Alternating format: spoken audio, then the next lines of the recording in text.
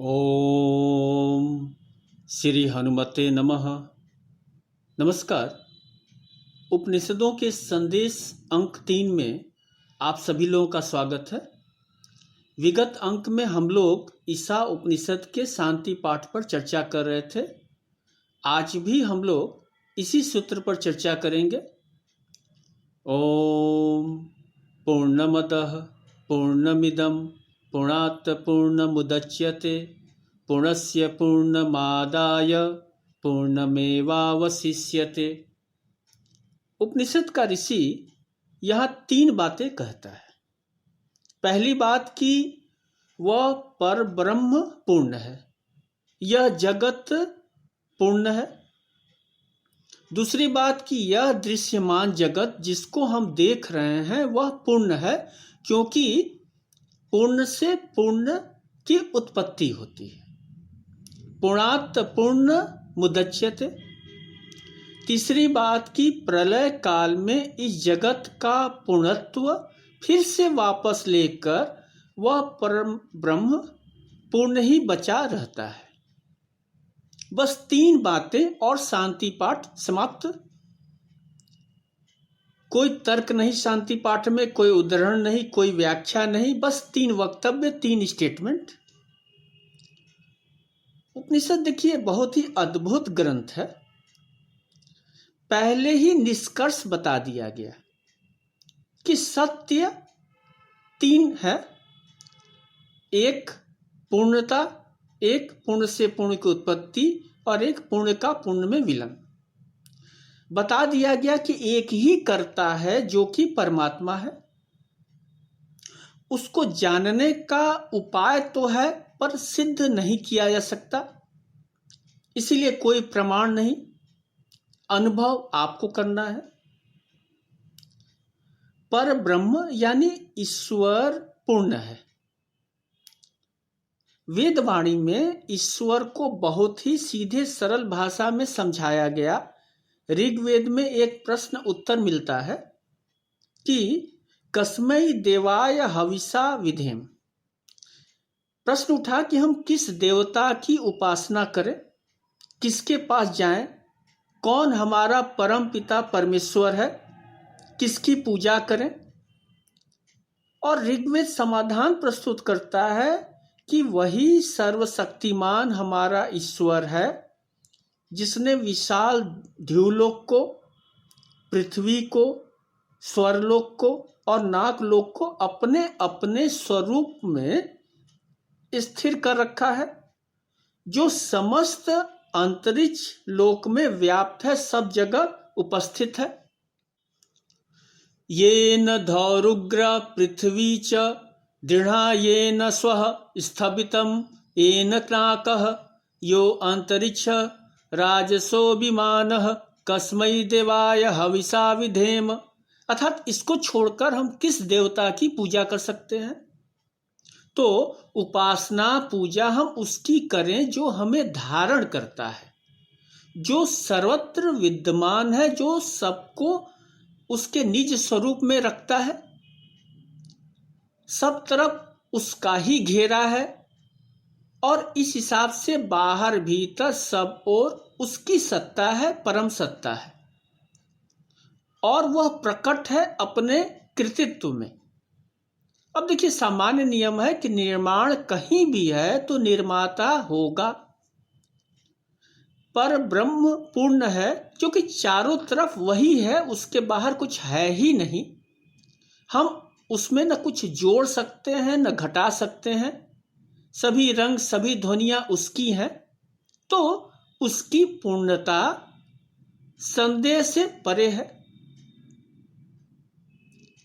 दूसरा सूत्र है कि यह जगत पूर्ण है, कहीं कोई अपूर्णता नहीं, क्योंकि ऋषि कहते हैं कि पूर्ण से पूर्ण उत्पन्न होता है।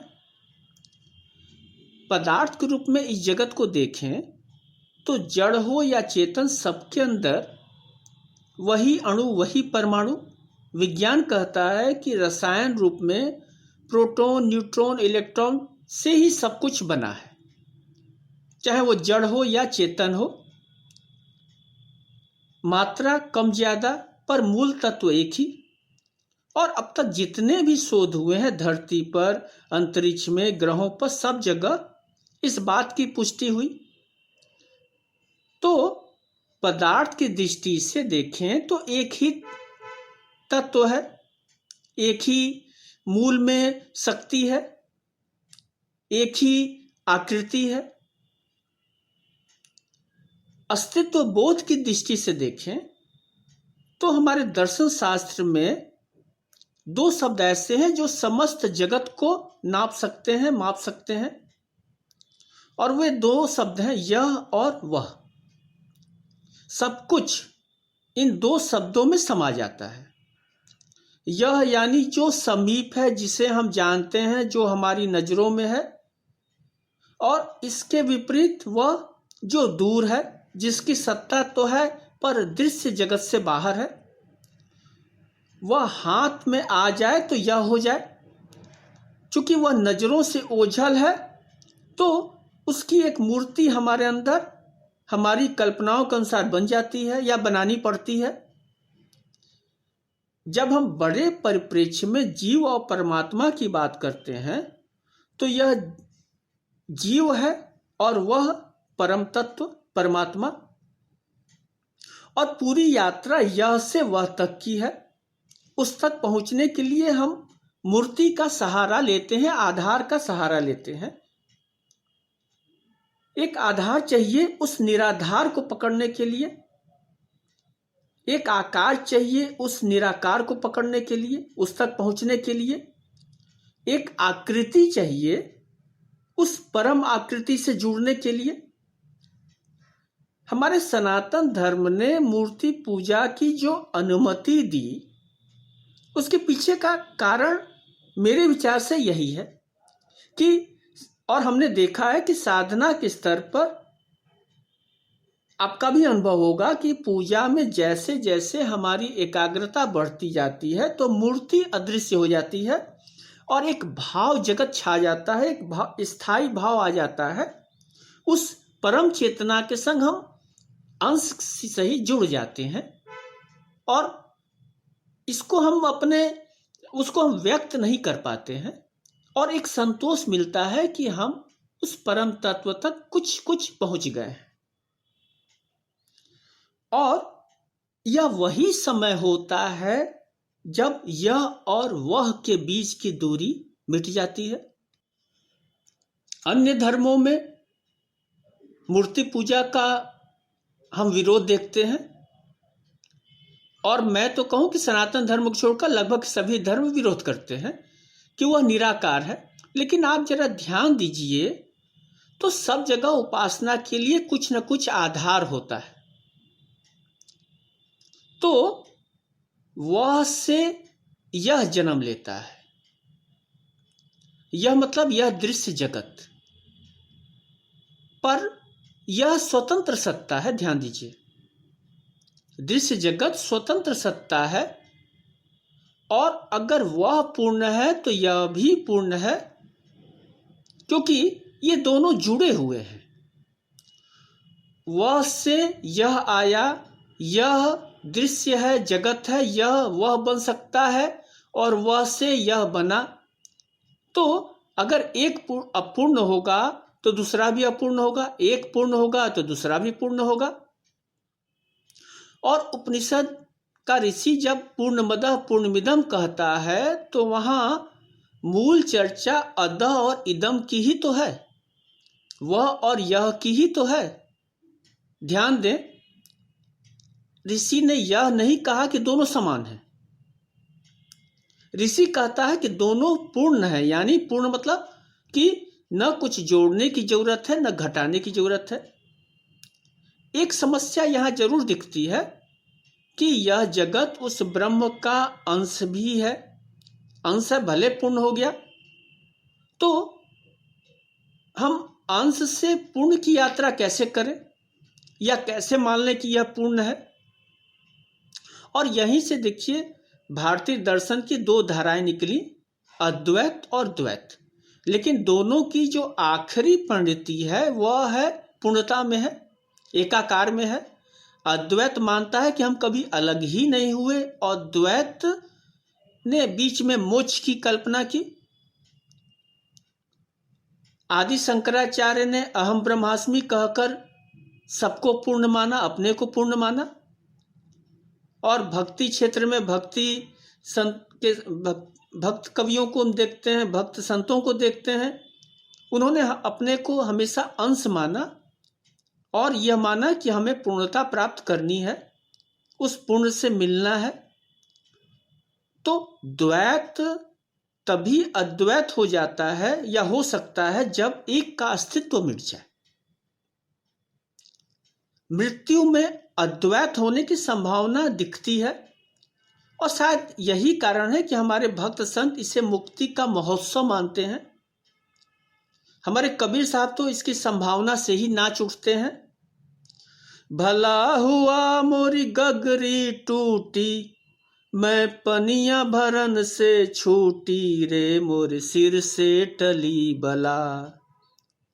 भला हुआ मोरी गगरी टूटी, मैं पनिया भरन से छूटी रे, मोर सिर से टली बला। जैसे थे वैसे भय और कुछ कही न जाए, माला जपू न कर जपू, माला जपू न कर जपू, और मुख से कहूँ न राम। राम हमारा हमें जपे और हम पायो विश्राम। कबीरा भला हुआ मोरी गगरी टूटी, मैं पनिया भरन से छूटी रे, मोरी सिर से टली बला।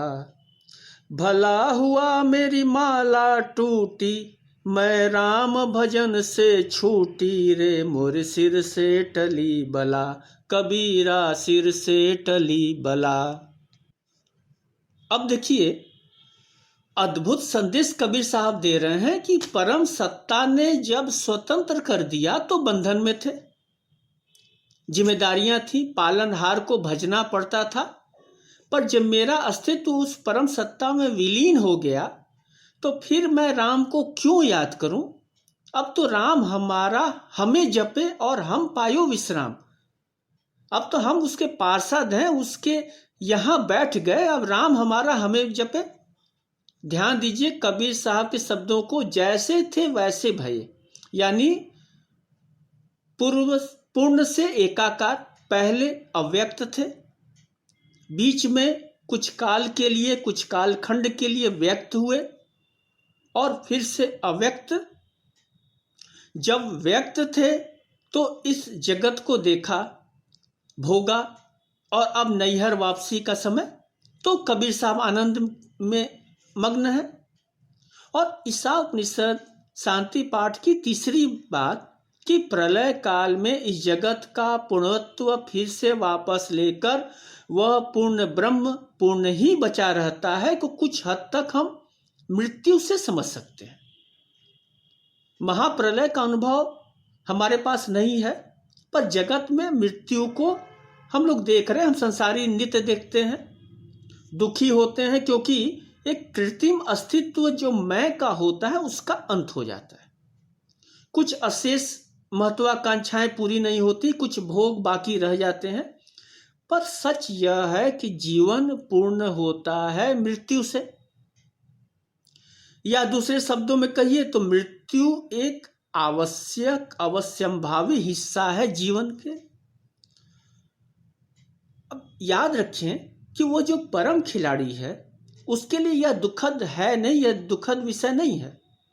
वह पूर्ण था, अब भी पूर्ण रहता है। द्वैत खत्म हो जाता है इस जगत का। तो आज बस इतना ही। मैंने अपने सामर्थ्य के अनुसार इस गूढ़ सूत्र की व्याख्या की कोशिश की। कहीं कोई कमी रह गई हो तो मुझे ज़रूर बताइएगा, मैं सुधार कर लूँगा। नमस्कार।